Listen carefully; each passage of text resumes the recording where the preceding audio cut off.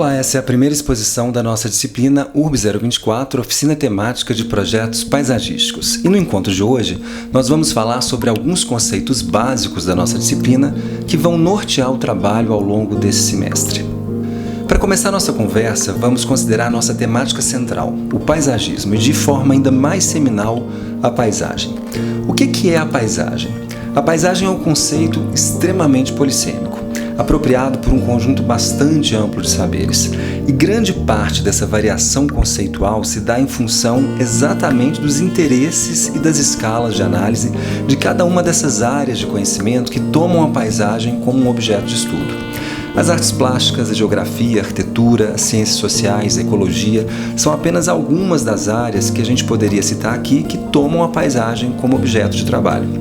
Para a gente interessa, sobretudo, a forma como a arquitetura e o urbanismo têm tratado a paisagem, sem desconsiderar, no entanto, as contribuições de todas essas outras disciplinas.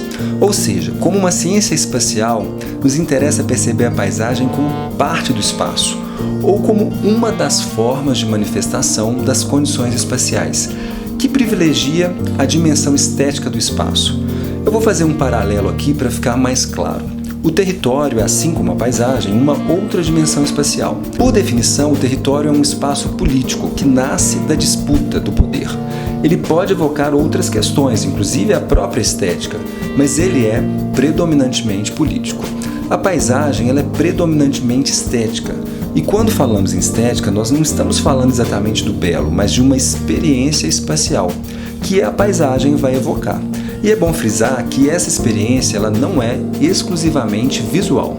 Ao longo do tempo, esse conceito ele foi sendo reelaborado e incrementado em função das ciências e dos saberes que começaram a se ocupar dele e também das descobertas científicas que foram acontecendo. Embora, como eu disse há pouco, a experiência estética ela não seja exclusivamente visual, o conceito ele foi fortemente influenciado pela acepção pictórica e visual, dada principalmente pelos pintores de paisagem lá pelo século XVI e XVII, que eram chamados de paisagistas, que representavam e reproduziam a natureza nos seus quadros. Daí a ideia de paisagem como aquilo que é visível, aquilo que o olhar abrange, que pode ser enquadrado num recorte específico, que ainda é muito útil até hoje. Mas os séculos posteriores descobriram a fotossíntese, os bacilos, a biogenética, enfim, coisas que os olhos não viam, mas que interferiam no que podia ser visto. É claro que isso precisou ser reconhecido pelos estudiosos da paisagem. E para entender a paisagem com contribuições da ecologia, da geografia, passou a ser necessário reconhecer e conhecer as relações e os processos entre os seus elementos compositivos. Então, para fechar, eu trago aqui um trecho da Manuela Raposo Magalhães que sintetiza bem o que a gente vai tomar como paisagem aqui na disciplina. A Manuela vai dizer o seguinte: o significado de paisagem evolui de um objeto que se vê e é caracterizado por aquilo que se vê, para aquilo que se vê, mas se caracteriza por aquilo que não se vê. Nessa acepção, a paisagem é a imagem que resulta da interação entre os processos naturais e antrópicos. A essência do objeto deixou de ser ele próprio, mas aquilo que ele revela a quem o souber interpretar, o que exige uma decodificação de sinais para que aquilo que não é visível seja identificado. A Manuela ainda vai dizer que a paisagem é um produto das interações entre elementos de origem natural e humana, num determinado espaço, organizadas de maneira dinâmica ao longo do tempo e do espaço, resultando em feições e condições também dinâmicas, diferenciadas ou repetidas que permitem classificação e agrupamento em arranjos similares, os padrões de paisagem. Definindo o que é paisagem, vamos passar então ao paisagismo. De igual modo, o paisagismo é um saber que tem sido apropriado por algumas áreas bem distintas, como botânicos, engenheiros agrônomos, técnicos em paisagismo, arquitetos e urbanistas, e de acordo com as expertises de cada um desses campos profissionais, o paisagismo vai tomando formas variadas. Por isso nos interessa mais uma vez o modo como a arquitetura e o urbanismo olham para o paisagismo sem necessariamente negar as contribuições possíveis vindas dessas outras áreas. Para demarcar esse posicionamento, eu particularmente gosto de uma expressão que é a arquitetura paisagística, para designar a atuação do arquiteto no campo do paisagismo. É uma expressão que carrega algumas críticas E também ela é mais comum fora do Brasil para a definição de um campo disciplinar do que por aqui. Mas ela evoca uma atuação projetual no campo do paisagismo, que é o nosso foco de interesse. Mas como é que surge o paisagismo? De modo amplo e como prática, o paisagismo vai surgir do desejo de pertencer a uma ordem natural transformada, de tentativas de domesticação da natureza, que vão do cultivo, da agricultura até o jardim, sempre numa tentativa de reconstrução da natureza ou a construção de uma segunda natureza mais próxima da cultura humana. Em sentido mais estrito, o termo arquitetura da paisagem ele foi usado pela primeira vez em 1828, num texto escrito pelo escocês Gilbert Langmuir com o objetivo de descrever a conexão entre as grandes residências de campo e os parques que estavam ao seu redor. Já como disciplina, boa parte dos autores vão pontuar o nascimento do paisagismo na segunda metade do século XIX, com Frederick Law Olmsted e Corvette Vaux, que são os projetistas do Central Park em Nova York. É nesse momento que vai surgir a qualificação profissional Landscape Architect, ou arquiteto paisagista, para definir os trabalhos do Olmsted e do Vaux. Mais tarde, em 1899, veio a institucionalização com a Sociedade Americana dos Arquitetos Paisagistas. E já no final do século XIX, início do século XX, começam a surgir os primeiros cursos de arquitetura paisagística nos países anglo-saxões e nórdicos.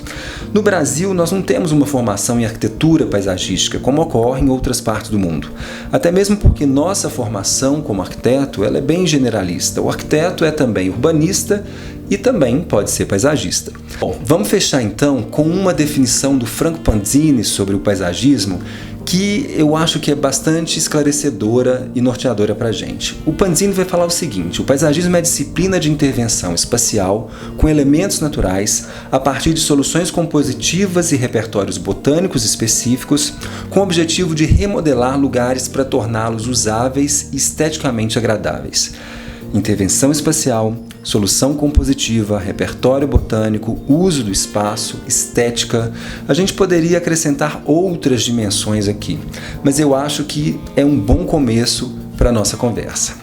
Quando Panzini fala em repertório botânico específico, ele nos chama a atenção para uma dimensão muito importante do paisagismo, que é o uso adequado da vegetação como um elemento de projeto, que muitas vezes nos leva a algumas confusões.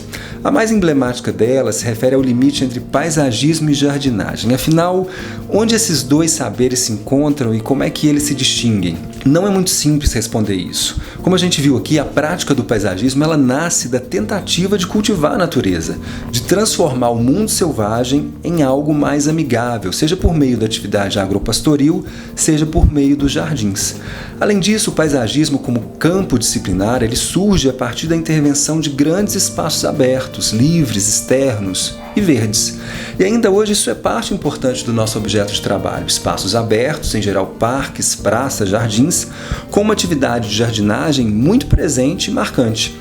O trato das espécies vegetais, que é também próprio do trabalho do paisagista, ele pode fazer com que o paisagismo seja muitas vezes interpretado como a arte de organizar canteiros, de selecionar espécies e especificar a vegetação. A gente sabe que o paisagismo não é isso. Ou melhor, ele não é só isso, porque a gente também sabe que é muito importante que o paisagista tenha noções básicas de jardinagem, de botânica. É fundamental que ele conheça o material do seu trabalho.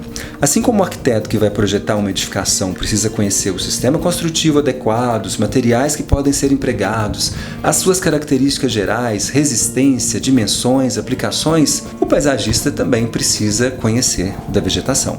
Nós vamos ter uma série de encontros em que vamos trabalhar esse aspecto do paisagismo, a vegetação e como ele deve ser observado no campo do projeto dos espaços externos. Mas agora eu vou voltar um pouco a outro ponto do conceito que a gente tomou do Panzini.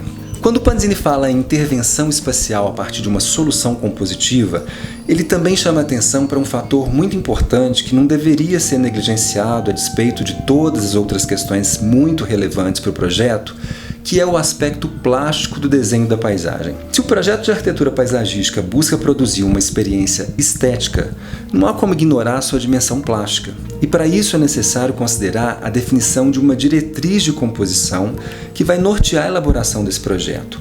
Caso contrário, você vai trabalhar a esmo, ou seja, cegamente no que diz respeito a esse aspecto específico do projeto. Não vai ter uma orientação clara do que você está fazendo. Ou pior, pode até reproduzir alguma referência sem saber o porquê disso.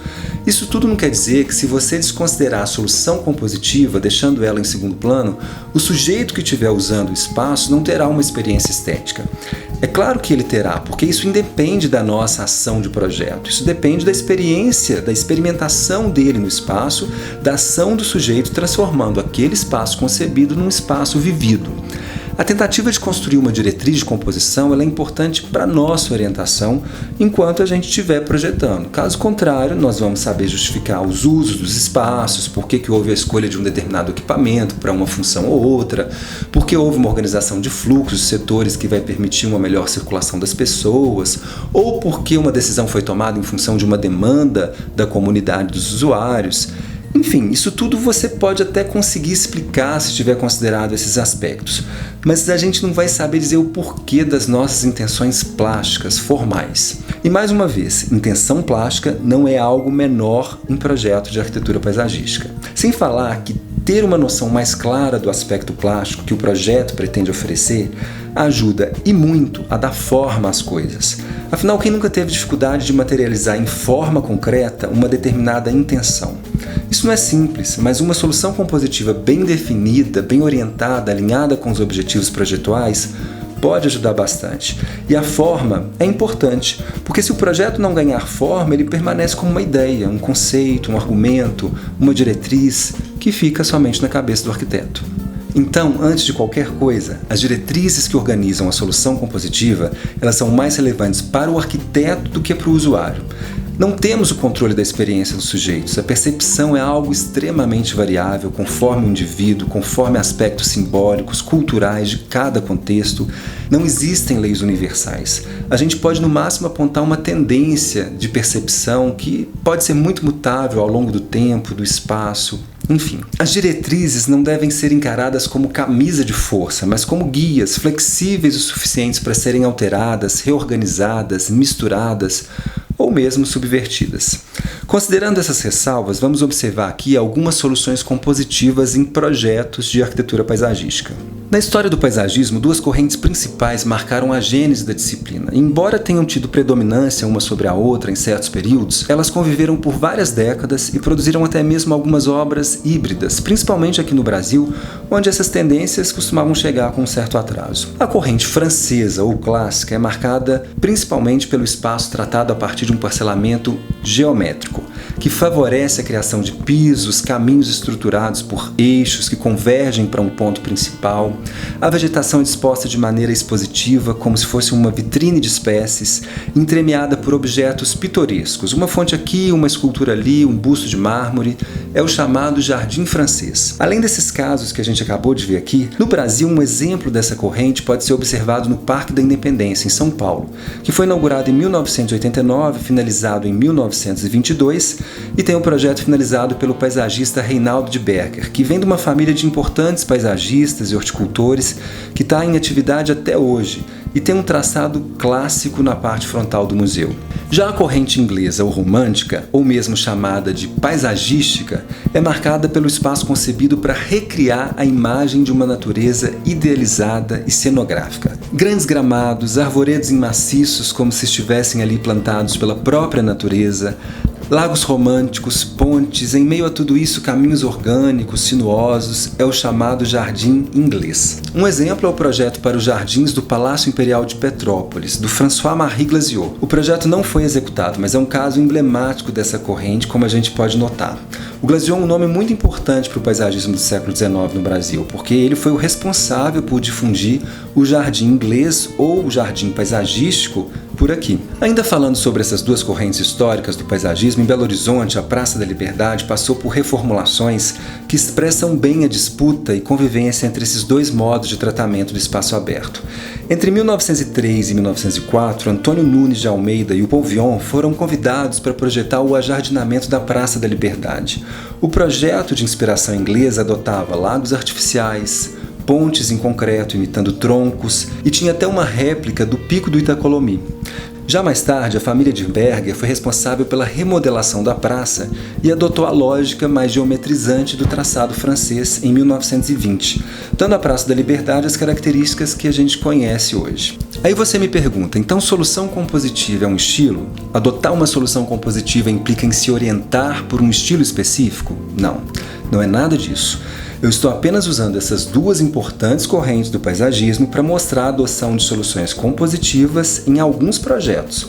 Obviamente, como essas escolas de paisagismo elas são bastante fechadas em si, quanto às características formais dos seus projetos, com normas muito rígidas de composição, fica muito mais fácil a gente observar a partir delas o uso de determinados conjuntos de elementos, que articulados de um certo modo, ou seja, a partir de certas regras ou orientações, definem uma linguagem formal própria.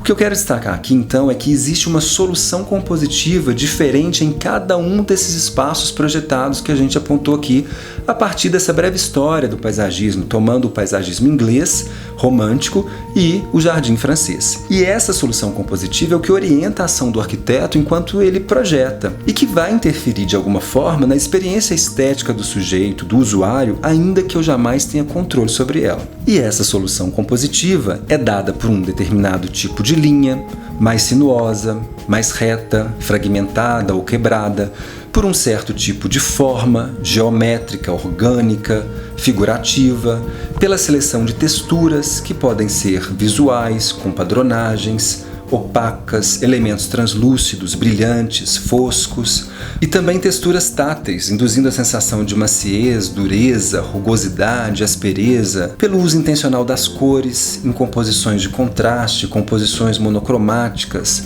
ou policromia, e que, dependendo do modo como esses elementos são organizados, podem produzir determinadas relações de equilíbrio, de continuidade, de unidade. Enfim, nós usamos essas duas correntes, a inglesa e a francesa, mas poderíamos ilustrar essa discussão a partir de qualquer outro bom projeto de paisagismo. E você pode ter certeza de que, para desenvolver esses projetos que nós classificamos como bons, o arquiteto lançou mão de uma solução compositiva que foi norteadora para o seu trabalho. Bom, eu acho que com essa tentativa de clarear um pouco os conceitos gerais da nossa disciplina, paisagem, paisagismo ou arquitetura paisagística, e abordando com um pouco mais de atenção um dos aspectos de projeto, que é a solução compositiva, nós já podemos começar a desenvolver o trabalho da nossa disciplina. Acesse o roteiro de atividades que está disponível para a elaboração do projeto, siga as instruções e bom trabalho!